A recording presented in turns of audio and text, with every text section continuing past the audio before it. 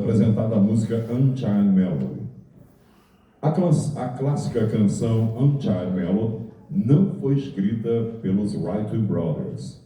Embora a versão de 1965 da dupla seja a mais famosa aí do mundo, a música foi composta originalmente em 1955 por Alex North. A música e Ray Zarek, letra, para um filme chamado Unchained. Com vocês, a música Unchained Melody.